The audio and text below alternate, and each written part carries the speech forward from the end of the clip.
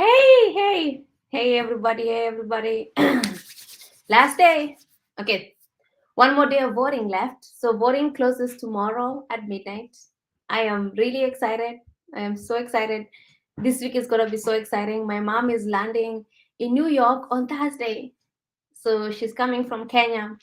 She's going to be in New York. She's landing in New York. It's her first time on the plane. So, she has never flown before. It's her first time in America. So she gets cold. She gets cold when it's like 60 degrees Fahrenheit. I don't know, like around 20 degrees Celsius. She gets cold then. So I can't imagine like winter. She's coming here in the winter. So it'll be really, really interesting to see what she thinks. The coolest part is that she's landing in New York and then they're picking her up in a limo. She's gonna get on a limo and then she's staying in Central Park. So she's really, really, really living life. So I'm really excited. I see her here on Thursday. I'll be in New York on Thursday too. And then the event, when they announce the CNN Hero of the Year, that will happen on Sunday. So it will be on live TV. If you can tune in, you can watch. This is when they will announce the CNN Hero of the Year. All the other 10 contenders will be there, including myself, give a short speech. It's such a lovely event, right?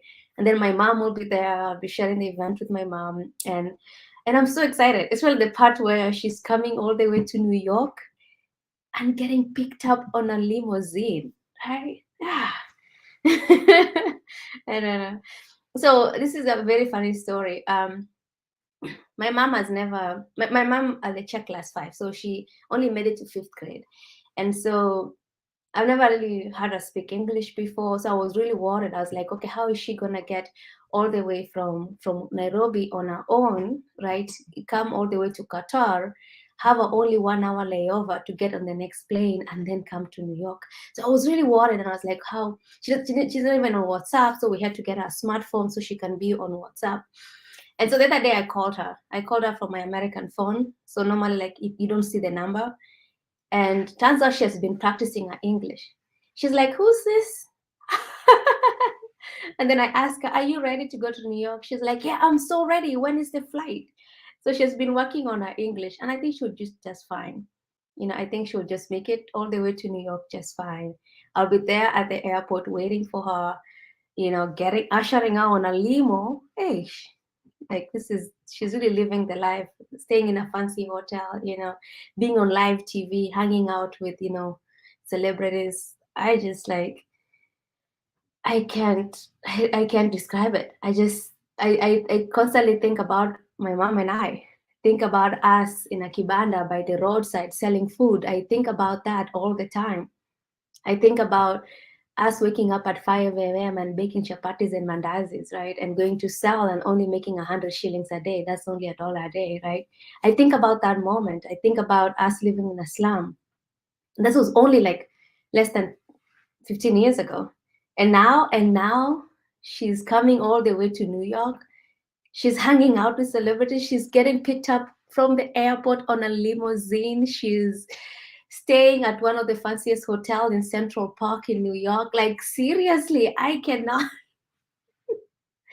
So watu kweli shida zinaisha. Like, I think all pain comes to an end. Like, I cannot.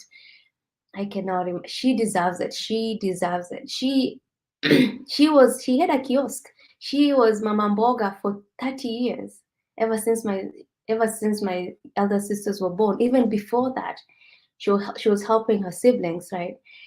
Even before that, right? She was just there, waking up every morning at 5 a.m., baking chapatis and mandazis, selling githeri by the roadside, doing that day in, day out in the village, just really educating her daughters, even though she could barely read or write, even though she only made it to 5th grade. Even that. Can you imagine that? Like that lady is phenomenal. Like, this is for her. This right here, this event this week, this is for her, because oh my god, she deserves the world. She used to tell me stories. I remember often she would tell me stories. I'll ask her just different. I think the reason I've become so empathetic, I've become so driven is because of her. Because I'm telling you, like, when she gets home at the end of the day, very, very tired, sometimes even at 10 a.m., 10 p.m., she'll be telling me stories. She used to tell me stories about Bishop Koske. And if you're from Mogote, you know Bishop Koske. Right now, Bishop Koske is the elected, nominated MP, right? Is the nominated MP, and so she used to tell me the stories, and I used to really cry. I loved hearing those stories because Bishop Koske at the time was a pastor, and then he's in a wheelchair. Yeah, he's in a wheelchair. He has wife. He has three daughters. Three daughters. Amy Koske is one of the daughters, right? And a son.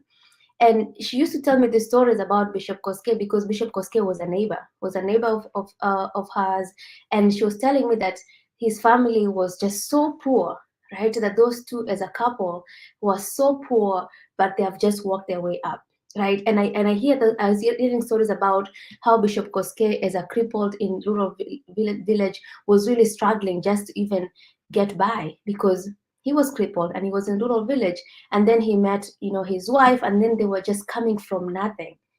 And now Bishop Koske is a nominated MP for Mogotio, and then his daughter Emi Koske is one of the international singers, right? And so I used to listen to those stories and I would just cry. I don't know why I loved hearing those stories, because she'll tell me those stories and then she'll go to sleep, and then I'm doing my homework, and then I'm just crying because I was so moved. And I think as a way she was teaching me empathy. She was telling me that even though we are poor right now, even though we are really struggling, everything comes to an end, right? She was telling me all these inspiring stories. She used to tell me stories about her friends, about all the people who have made it in the community. And so when I remember, like, and the cool part is that this was happening when we had kerosene at home. When I was studying at home, when I didn't have to go to the veranda and I was studying, it was almost like a treat, right? She gets home, there's kerosene, I'm studying, and then she's sleeping. She's sleeping, but there's a curtain. There's a curtain, bed sitters, there's a curtain separating the what is meant to be a bedroom and a living room. And I'm just in the living room trying to study. And then she's just telling me the stories, and I'm listening to the stories, and I'm just crying. I'm just crying. I'm just crying. And I think those stories really taught me empathy. I remember another day I saw a kid on the cover of the Nation newspaper, and this kid was starving. I think they took a picture, like there's a picture of someone from northern Kenya in Turkana who was dying of hunger, like really starving. And I got really bothered by that, and so I went to her and I asked her, "Is everything in the newspaper true?" And then she said yes. And that that picture, that I was like, why is no one doing anything about this? How are people dying of hunger? How are they dying of hunger and no one is doing anything about it, right? And I think that's the kind of household I grew up in, because she was like, any information that she had, she was helping me do homework.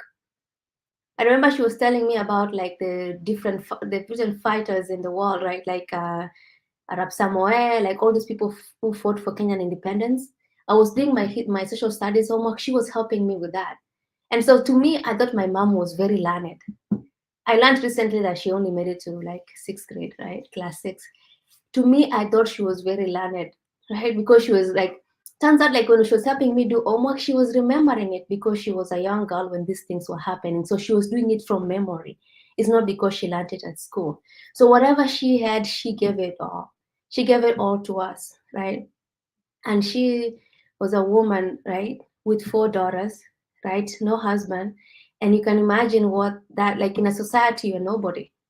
People will ask me like, where are you from, like, because they expect you to give you a man's name, right, or a big family. And then I'm just like, Mr. Nawa Christina, Christina's daughter, and nobody know, like, Aule wa Kibanda, like the one by the roadside, right? So we were nobodies, and so people were telling her like, you're working so hard for your daughters, you don't have to worry about that because they're just gonna be married off, right? You are so lucky you don't have a boy who you need to buy land for. People used to tell me like, I really wish that your small sister was a boy, because then you'll have, at least you'll have a man in the house. Like, can you imagine people saying stuff like that? So we were nobody in the community. People were discouraging her from educating us. Her herself was not educated, but she still works so hard. She still believes so much in educating us. And so this right here, this week right here, her getting on a plane, coming all the way to New York, getting picked up on a limousine, staying in a fancy hotel in Central Park, sharing the stage with me, with celebrities, right? For that event, for CNN Gala, is a testament of just how phenomenal she is. Is a testament that, right? I'm really hoping that there are parents out there who are using my mom as an example, who are gonna say, "Oh, Christina, she was nobody, right? And then she just like educated her daughters, and then her daughters now are like." I cannot tell you how phenomenal this is that she's coming, she's getting on a plane, and she's practicing her English. I am just like, I got a text from her. So she doesn't have a smartphone, so we got her a smartphone, and I got a text from her that say, "Hey, it's mom. Like, she's been working on her English. When I call her now, I'm like, are you ready?" She's like, "I'm so ready. When am I flying?" Yeah, I think she'll just do fine. I think she'll just like get here so fine. Tyler keeps saying that, "Oh, your mom will get to New York and make like 10 friends." So this is such a really big week today. Really big week. My mom is getting here. I am really excited. And also, this is almost the last day of voting. Tomorrow is the last day. It closes tomorrow, almost midnight PST. So it's like you still have 2 more days. You still have time to spread the word. You still have more time to get people voting. So think outside the box. Who can you ask? Right? Can you ask your colleagues, your friends, your co-workers, your WhatsApp groups, your WhatsApp status, right? This win is for Mama Nelly, Mama Kosi. This win is for her. If someone like that, someone who was nobody, we were nobody in the community. If people like that can go from that, right, to sharing the stage with Anderson Cooper, then anything can happen.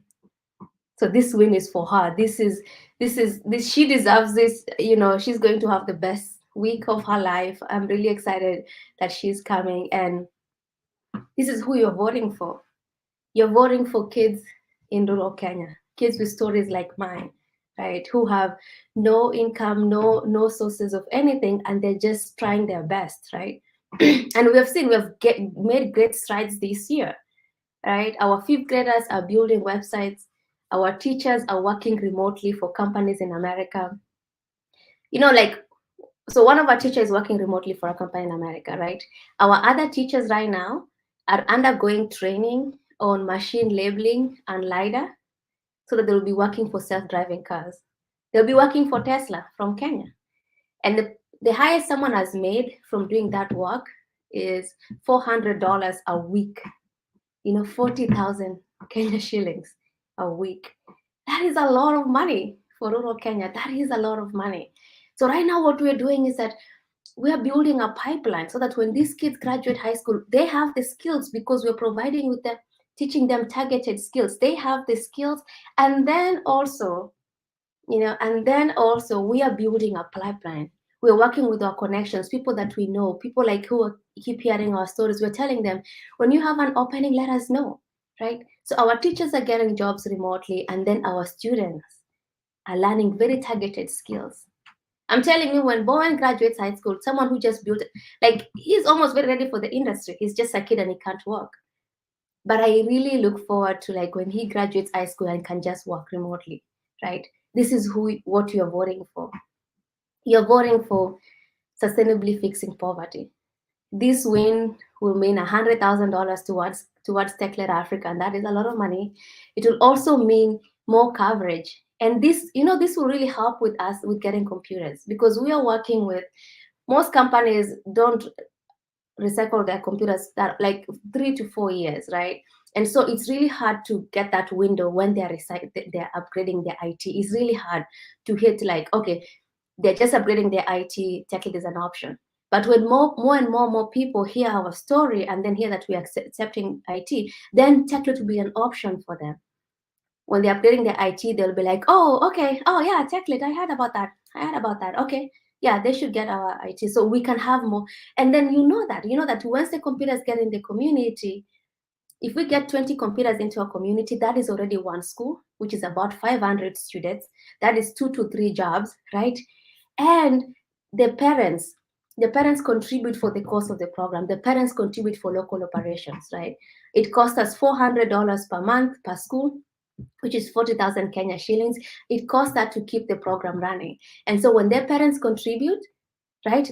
If the school has 400 kids, the parents are only contributing 100 shillings a month, right? $1 a month, and that money is keeping the program sustainable, right? So we can ensure sustainability. Once the computer get there, it's creating jobs, it's keeping the program sustainable, right? And so this is a very sustainable solution, right? This is a very sustainable solution. We're building a pipeline with our teachers to get jobs. We're providing targeted training to our kids.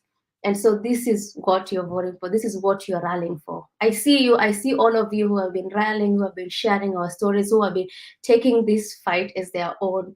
Thank you so much. Thank you so much. We're almost there. It's home stretch, 2 more days. And real quickly, I haven't even voted yet. Let me vote first. Okay, let's see. Okay, so normally I go to our website, techleadafrica.org. The link is at the top.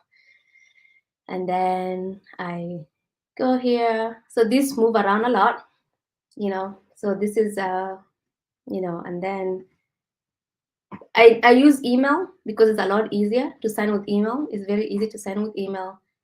And then done. Confirm vote, done. Literally, like I think 30 seconds. And then I like sharing it. When I share, the votes double. So whatever you just voted doubles. So that's another, also helps people know that you voted. Okay. Anyway, that's it. That's it. Very, very simple. I just shared that on Twitter. Right? So everyone, this is home stretch now. Home stretch now. We're almost there. Just think, who else can you ask? Where can you share this? How can we bring this home? And thank you so much. I'll keep you updated when my mom arrives. I'll keep you updated. I'll take the videos when she gets on the limousine, when she checks in a fancy hotel. I'll keep you updated. And thank you so much. Thank you so much for pushing this. Thank you so much for getting people to vote, right? You're voting for us because we have a chance to sustainably fixing we have a chance to sustainably fix poverty. There are so many opportunities online. All we need is skills. We need to teach our kids digital skills, teaching them how to communicate online, teaching them how to build a network, right? So that's what we are doing, right? And so our kids right now are building websites, they're producing videos, they're producing audios, they know about graphic design, and they're also building a brand. You've seen their videos, you've seen how comfortable they are in expressing their work, right? When they do their projects, we send a video home and they're really happy about that, thinking about their siblings, seeing their videos they make, the website they're making, right? So that's what we are teaching them. And then also we want to make sure that when they graduate high school, they can get those jobs. So we are building a pipeline. We're building our networks, right? We are working with people, in the tech company and creating opportunities. Someone is hiring, they can hire someone in Kenya. So our teachers already hired right now to work remotely for a company in California. Someone joined corporate America from Mogotio, from the village, right? That's what you're voting for. Our other teachers right now are working, they are training and they're going to start, working on machine labeling, right? Having a chance to make $400 a week, right? And so this is a proven solution. This is happening in Philippines, it's happening all over the world, in India. So why not in rural Kenya? And this is what we are doing, and this is what you're voting for. So remember that we have a chance to sustainably fix poverty. It's a very low investment. Tech is a very low investment in general. These computers are going to waste, so we bring it over here. Once they are in Kenya, it's creating jobs, right? We don't even have to fundraise for that. We mobilize the community to pay for that, right? Because if we can get every parent to contribute 100 shillings a month, that is enough money to keep the program running forever, right?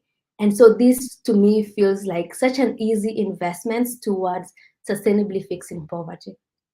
And this is what you're voting for. So thank you so much. Thank you so much. I know, I see most of you are joining. I have to, jump on a call. But thank you so much for voting. Thank you so much for spending this 20 minutes with me. Thank you so much for spreading the word. I'll keep you updated. I can't wait to see my mom in New York. I can't wait to see her get on that limousine. I can't wait for her to just be on such a global stage, because oh my, she deserves the world. Thank you, everyone. Bye.